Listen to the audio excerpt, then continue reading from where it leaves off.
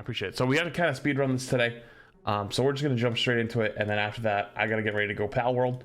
But I wanted to do this really, really quickly. I'm late because we were doing some discussions to talk about. We were doing some discussions on our game plan for Pal World Twitch Rivals, which I got to jump into after that. But I wanted to jump into this really, really quick. This came out today. This is an Aaron Keller director's take, looking ahead to improvements and experiments. Spoiler, I got a little bit of the spoilers for me because I opened Twitter. But it seems pretty interesting what's in here. Hi everyone and happy Friday. It's been a very exciting week and exciting week and a half for Overwatch 2. Season 9 champions shipped with a new and improved version of our competitive system and a pretty comprehensive set of changes to our core mechanics of the game.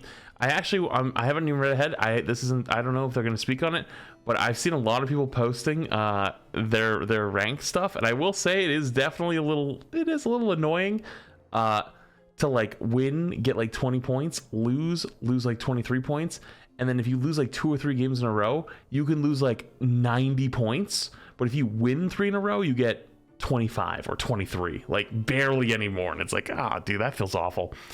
We're incredibly invested in these changes having a positive impact on the game and are committed to making rapid iterations to make them happen.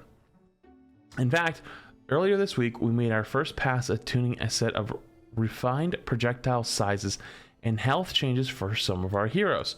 We'll keep an eye on how these play out in order to inform you on our next set of changes. So basically, they're talking about the patch note that came out earlier.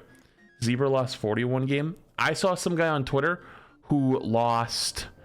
I couldn't do the math off the top of my head, but it was somewhere around the range of 140 points in one game. Because he was almost rank up, lost the entire bar, and then lost about a quarter of the next one. I was like, it was like plat though. The guy was like plat. You know what I mean? I was just like, that's absurd though. That's absurd. I wish I saved it for you guys. I really should have. The only one that was funny was, I think I saw Kron. Kron had a tweet. I'll see if I can find the tweet at the end of this. Let's talk about the reworked competitive play system, which also launched with Season 9. There's been a lot of excitement around it. In fact, there's been a pretty sizable shift in our player population because of it. Previously, Quick Play was our most popular game mode in Overwatch. It accounted for roughly 40% of the total match hours in the game, while competitive play sat at around 35%. Wow, that's much closer than I actually kind of thought it would be. These numbers have shifted, and competitive play now makes up 45% of match hours. I wonder how many hours I've contributed to that. With quick play around 32. Wow, more people are playing comp than quick play right now? That explains the drop in quality of games. No, I'm just kidding. An interesting thing to note here is that the total number of hours that people are playing quick play isn't down. It's just that people are playing a lot more competitive play. We're really excited about this and take it as confirmation that people would like to see more changes and improvements to that side of the game, as well as a systematic PvP improvements. I will say this again. I've said this many times in the past, and I feel like it's time to really drive it home, especially recently after rewatching that old Seagull video and really being reminded of what was good Overwatch and kind of feeling like we're there at the moment. Yeah, Tank kind of blows. Less than 3. Let's be honest with ourselves. Tank feels fucking terrible. But is this the best the game has felt in a long time? Yes. So, even though Tank's suffering, everybody else is having a good time, and I'm having a good time having something to play for. So, it is what it is. But we need to talk about this. There needs to be faster updates. Once a month, mid-season cycle patches are not enough. Because half the time, no offense, your balance patches, especially the tank role, are fucking terrible. And what happens with that is, like, let's say Orisa's meta, and there's like a small tweak here and there, and then all of a sudden it's Orisa meta plus something else. And it's like, okay, it doesn't feel any fucking different. It's the same shit. And then you gotta wait another month before it actually changes. So you go 2 months before the game feels anything new. Quicker, every 2 weeks, smaller changes that keep the game fresh and keep it moving would do way more good than trying to do these bigger mid-season patches, which, quite frankly, don't feel very big at all. So, if I was to give them any advice and they really want to start leaning into the competitive side, that's the way I would do it. Speaking of improvements, we'll be making more changes in mid-season 9 and season 10. One of the largest of those will include the removing of the grouping restriction season 10. So a lot of people thought that was coming this season, and they still think it's there because you can stack in GM. But the difference is GM stacking got moved to champion, so it's still the old system. Like, it hasn't changed at all. So, but the new system comes next season. We'd like people to be able to play with their friends in every area of the game. However, we'd also like to keep Overwatch's competitive integrity intact. Groups with a large range of player skill, what we call wide groups, will only play against other wide groups. Narrow groups will also be matched against other narrow groups. For most players, we think that this will have a big benefit to their match quality. We'll also be adding features to competitive progress screen, such as match history and a scoreboard, implementing role-specific titles, showing the rank range on the scoreboard, and more. We're also looking into a small set of top 500 improvements, but haven't nailed down which season they'll go live yet. Okay, I have a feeling I know what this is. This is probably so you know how much of a difference between like rank 200 and 199 is, because current system doesn't fix that. So one, good that they are looking into that. Two, I think one of the biggest feedbacks people have given about this rank season, especially in high level play, is it feels like shit to play versus stack and get stomped. But on the opposite end of that, though, when you do stack, your games are much harder. They're just much harder. So unless you're like hard calming, like as a team, like basically going all the fuck in, you're probably gonna actually do worse in a group than you would solo queue. But if you do obviously have that whole group that's like all committed and you're basically scrimming and ranked, then you'll probably win more games. But there's something to be said though against playing against solo queue players as a group. It doesn't feel as good as the solo queue players. So groups versus groups is the way it should be. So I'm glad that they're looking at that. That's good. Lastly, I'd like to take a quick moment and talk about our quick play hacked feature. The biggest goal is to help inform these types of improvements that we can make to the core game. For instance, based on the first one we ran, quicker play, we're looking at making a few changes to the game. We're increasing the speed of the push bot when he's pushing the barrier. We're implementing a speed boost out of spawn for flashpoint maps, as well as during setup for defenders on hybrid and escort modes. We'll also be reducing the match length of push from 10 minutes to 8 minutes in quick play, and are discussing whether to do that in competitive.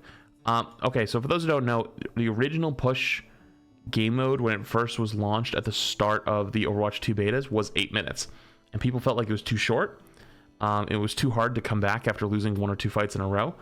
But if the push bot was faster and shorter time, that actually might not be as bad, because if you lost 2 fights in a row on the 8-minute timer, it was borderline impossible to win the game. So they made it 10 minutes and that made it better. But if the push bot was faster, you could technically probably turn that around a little bit better. But then again, push is just kind of shit in a lot of ways. So I'm not too sure. The push bot thing, it sounds good, but the interesting thing is the speed boost out of spawn for flashpoint and hybrid maps. All I can think of is like there's a little Lucio at the door that's like standing there, he's like go go go, and he just like disappears. Like, I think that'd be really fucking funny if that's the way they implement it. I think that would be hilarious. But yeah, that's actually super interesting. Would it be for all of Flashpoint? Would it only be the first spawn?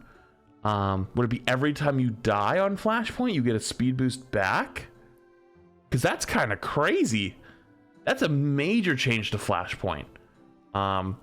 Borderline meta defining, I feel like, because you could stack Lucio speed boosts, right? You could technically speed boost out of spawn, and then once it runs out, TP and then speed boost again, you're already at the point, like instantly, you know.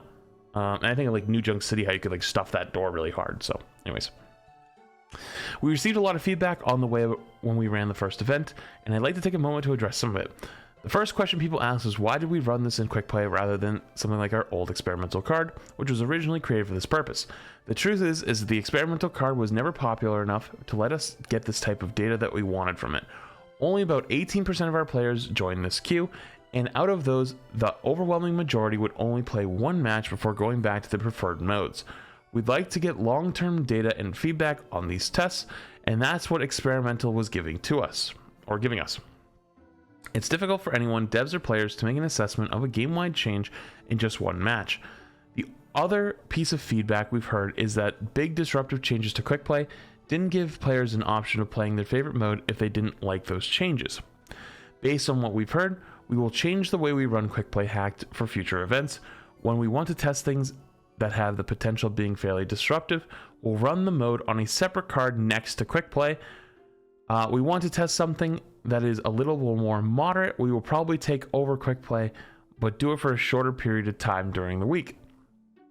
And when we have a test that we feel is a little disruptive to the core game, we'll probably run it the same way that we did the original. That's it for this week. Hope everyone is having a blast with season 9. Thanks for reading, and let's make a great game. Okay, so small thing on this. Yes, people got really mad about quick play hacked, but it was like 2 days on a weekend. You know, like it really wasn't that bad. And if it really gave them valuable feedback and it actually improves the core game, like, can we just suck it up for 1 weekend a season? Like 1 weekend every 2 months, like, or every 3 months? You know, they just try something fucking new. And if it, like, all of a sudden, like, they get, like, the game ends up being better in the long term, like, can you just shut the fuck up? And just, I mean, it's quick play for 2 days. Like, it can't be that bad, right? I agree, though, on the smaller, maybe making it only, like, a day, sure. If it's really that bad, make it a day. But, like, I think people blew it way out of proportion. Way the fuck out of proportion. It did not need to have people making fucking twit-longers of, oh my god, it's ruining my game. Why did they do this? Use the experimental. I fucking hate all of you. You guys are the worst. And anyways, though, cool, exciting stuff, it seems. I wonder if they're going to give feedback about the competitive stuff and like the way the ranked system's working at the moment. Let me see if I can find this clip. Okay, so there's 2 clips on here that I think look good. This is the one that I was going to show you, but there's another one too. Go back to you. This is you. Watch this.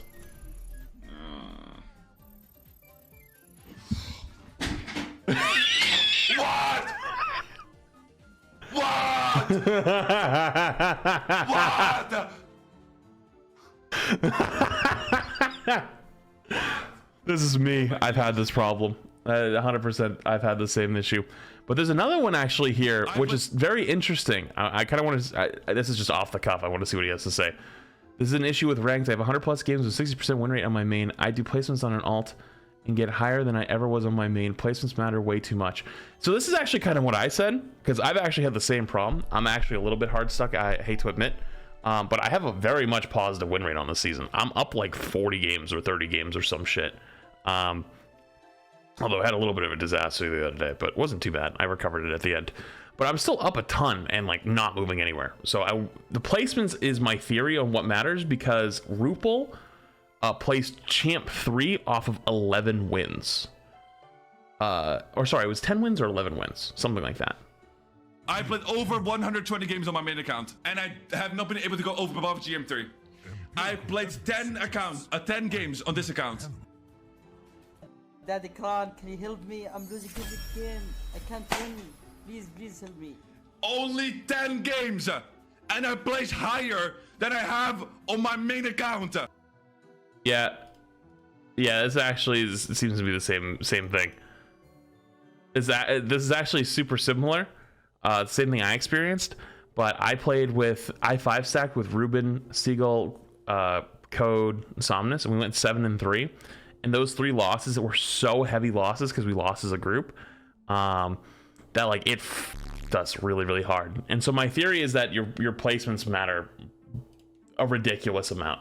So anyways, I'm interested in seeing if there's anything that comes out in the next couple weeks. I don't care. I'm still having a good time, but that's your update.